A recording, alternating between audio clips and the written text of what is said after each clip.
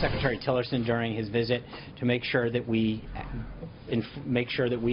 let Russia know that they need to live up to the obligations. All right, the Trump administration increasing pressure on Russia over a chemical weapons attack in Syria last week, calling on the Russians to stop supporting Bashar al-Assad. Joining me right now, Hugo Gurdon from the Washington Examiner and Fox News strategic analyst, Lieutenant Colonel Ralph Peters. Okay, so here's my question in all of this, and I'll ask both of you. Colonel Peters, starting with you. We can all agree Assad is a bad guy. He's using chemical weapons on his own people. We're in agreement on that. You only got Russia, North Korea, and Iran. 3 rogue players, 2 failed states, and 1 quasi-failed state that wants to be a bigger player. Why can't we go in there, Colonel Peters, and just say, Assad, you're done, and get him out and put someone that we think will be a whole lot better in? Well, if you want to send a couple 100,000 troops in and fight a real war, we could do that. But Trump's strikes last week, which I support 100%, were about one narrowly defined issue: the weapons of mass destruction, the use of poison gas. And Trish, this is bigger than Syria. It's a global issue. If you allow one country to use poison gas, then somebody else does, then terrorists do, and then it's used on our troops and our people.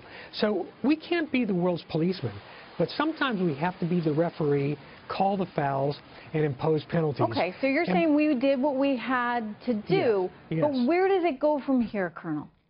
Well, it's going to be interesting because Vladimir Putin right now is floundering. He was shocked. Nobody has ever stood up to him before. Now, President Trump did, and he didn't know what to do. We gave them warning we were coming, and Putin's a bully. He's a bluffer, and he knew his military couldn't take us on. He didn't lift a finger to help Assad when our cruise missiles were on the way. And as a result, his stock has crashed. He looks like a less dependable ally. His weapons systems are being exposed as less than optimal. But he's you know, in Russian, he's a nastoyashi mujik, a real he-man. He's got to get his own back some way, and he's trying to figure out now how to do it. Okay, so Hugo, where do you see this going from here? I don't think that Vladimir Putin yet feels under enormous pressure. And the reason for that is that the Trump administration has not yet at least articulated a medium and long-term strategy. The colonel was just saying we could go in there with an army of a couple of 100,000, but everybody knows that that isn't going to happen. The administration is talking about regime change, but is clearly not in a position and doesn't want to put itself in the position to change the regime.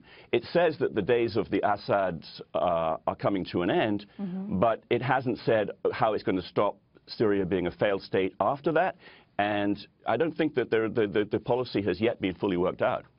Okay, so if you're Putin, you're like, all right, well, fine. You know, they'll take forever to work this one out, and I can do as I please along the way. That said, you know, he did send one of his warships into the Mediterranean to greet our 6 warships over there. I would have thought this naval ship is going to have to turn around. In other words, he's weak. His military is weak. It can't possibly rival us.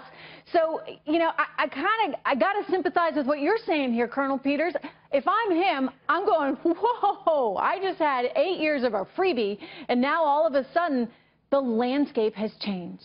Yes, and, you know, I think, now, obviously, I'm not trying to firmly predict the future, but knowing how Putin's mind works, I think what we may see a pretty good outcome here. A couple months down the road, he may, secretly, of course, back a palace coup in Damascus that removes Assad and puts a gray man in there with whom negotiations can begin. Because while Putin wants to retain influence in Syria, he wants to retain the Tartus naval base. He wants at least 1, probably 2 air bases, but he doesn't personally care about Assad. And so it's going to be interesting to watch how it plays out. But again, the great thing here, Trish, is that President Trump, God bless him, called Putin's bluff, and we just saw the bully fold. On that note, Hugo and Colonel Peters, I'll leave it there. Thank you so much.